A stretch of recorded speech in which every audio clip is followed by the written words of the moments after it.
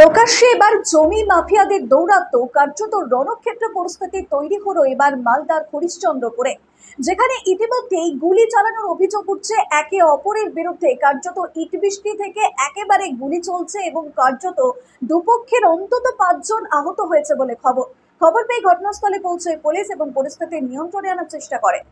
মালদার হরিশ্চন্দ্রপুর থানার জগন্নাথপুরের পশ্চিম পাড়ার স্থানীয় বাসিন্দা মোহাম্মদ শফিকুল আলমের সঙ্গে আজহার আলী 14 শতক জমির মধ্যে 9 শতক জমি নিয়ে বিবাদ চলছিল। এর আগেও সংঘর্ষ হয় একাধিকবার। সেই অভিযোগের ভিত্তিতে পুলিশ এদিন দুই পক্ষের একজন করে অভিযুক্তকে গ্রেফতার করে। এরপরে পুলিশ যেতেই এলাকার পরিস্থিতি উত্তপ্ত হয়ে ওঠে। জমি নিয়ে বিবাদের জেরে রণক্ষেত্র হলো, ইট বৃষ্টি, চলল গুলি, একে অপরের বিরুদ্ধে গুলি চালানোর অভিযোগ। ঘটনায় ব্যাপক উত্তেজনা এলাকায়, আহত দুপক্ষের 5 জন। পরিস্থিতি নিয়ন্ত্রণে আনতে ঘটনাস্থলে হরিশ্চন্দ্রপুর থানার বিশাল পুলিশ বাহিনী, এলাকা জুড়ে চলছে পুলিশি টহল।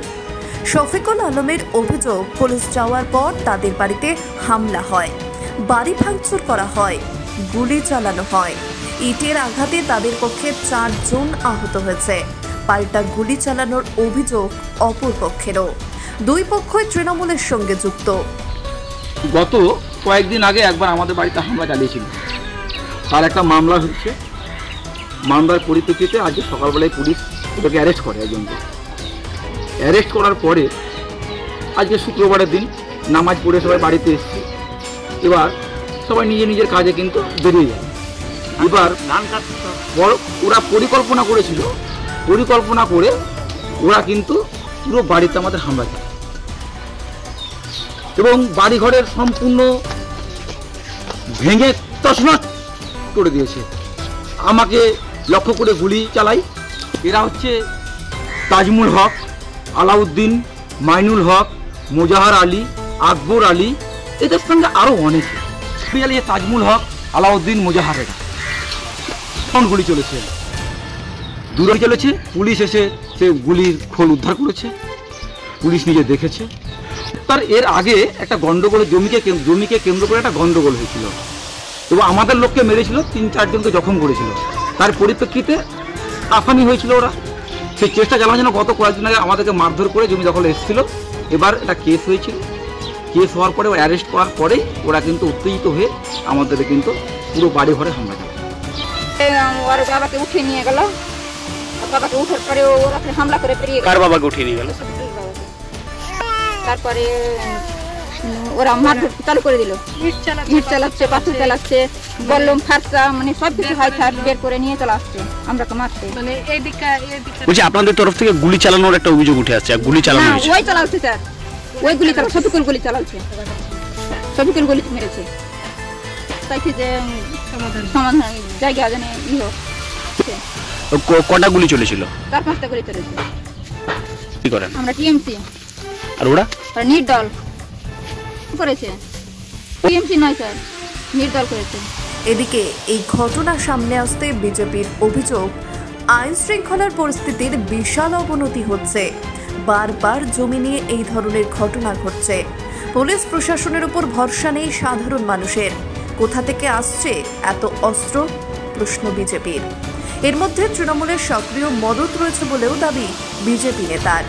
সারা পশ্চিমবঙ্গ বারুদের স্তূপের উপর দাঁড়িয়ে আছে, তার বাইরে মালদা জেলার হরিশ্চন্দ্রপুর তৃণমূলের সর্বত্র তাদের যে সিন্ডিকেট পদ্ধতির মাধ্যমে সমস্ত জায়গাতে ইট, বালি, সিমেন্ট খোয়া থেকে আরম্ভ করে গরু, মাটি, খাল, বিল, নদী, নালা, সমস্ত জায়গাতে যে সিন্ডিকেটের ব্যবস্থা সুচারুভাবে এখানে প্রতিষ্ঠা পেয়েছে, তার অংশ হিসাবে হরিশ্চন্দ্রপুরের আজকের এই ঘটনা। গোলা বারুদ বাংলার মতো মজুদ ভারতবর্ষের কোনো রাজ্যে আছে কিনা আমার জানা নেই। গোলা বারুদ আনার জন্য বাইরে বিহার বা ঝাড়খণ্ডের প্রয়োজন হবে না, কারণ পশ্চিমবঙ্গে গোলা বারুদের স্তূপের উপর দাঁড়িয়ে আছে তৃণমূল এবং তৃণমূলের রাজ্যে মা মাটি মানুষের শাসকের বদান্য। ঘটনায় মদত রয়েছে এই অভিযোগ অস্বীকার করেছে তৃণমূল নেতৃত্ব।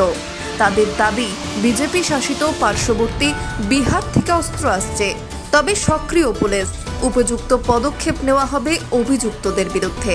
মালদা জেলায় পুলিশ অত্যন্ত সক্রিয়। জেলা পুলিশ প্রশাসনের লিডারশিপে প্রত্যেকটা থানায় পুলিশ অ্যাক্টিভলি রোল প্লে করছে বলে মালদা জেলায় যে কোনো ধরনের যদি ইনসিডেন্ট ঘটছে, যে কোনো ধরনের কোনো ক্রাইম হলে সঙ্গে সঙ্গে আসামিরা অ্যারেস্টেড হচ্ছে এবং তারা পেনালাইজ হচ্ছে। হরিশ্চন্দ্রপুরে যে ঘটনার কথা বললেন, এটার সাথে তৃণমূলের কোনো সম্পর্ক নেই, কারণ কোনো ক্রাইম কোনো দল দেখে হয় না। আর যত আউটসাইডার্স সংলগ্ন রাজ্য বিহার, এই বিহার থেকে অস্ত্র আমদানি হয়ে এই বাংলাকে অশান্ত করে বাংলার মুখ্যমন্ত্রী মমতা বন্দ্যোপাধ্যায়কে ভারতবর্ষের রাজনৈতিক মানচিত্রে মেলাইন করার চেষ্টা করছে। এগুলো সব বিজেপির চক্রান্ত, এবং যে যা খুশি চক্রান্ত করুক, মালদার পুলিশ অত্যন্ত অ্যাক্টিভ বলে যে কোনো ক্রাইম যখন হচ্ছে সঙ্গে সঙ্গে যারা আসামি তারা পেনালাইজ হচ্ছে। আপনাদের বিজেপিরা কি বলছে দ্যাট ডাজন্ট ম্যাটার, কারণ বিজেপি যে শাসিত রাজ্যগুলো সেখানে যারা অস্ত্র মজুদদার যারা, তারা মানে মালা দিয়ে তাদেরকে বরণ করা হয়। আর এই বাংলায় যে কোনো ক্রাইম যারা সংগঠিত করে তাদের বাস হয় কারাগারে। মালদহ থেকে মাধব কুমার মণ্ডলের রিপোর্ট, নিউজ বর্তমান।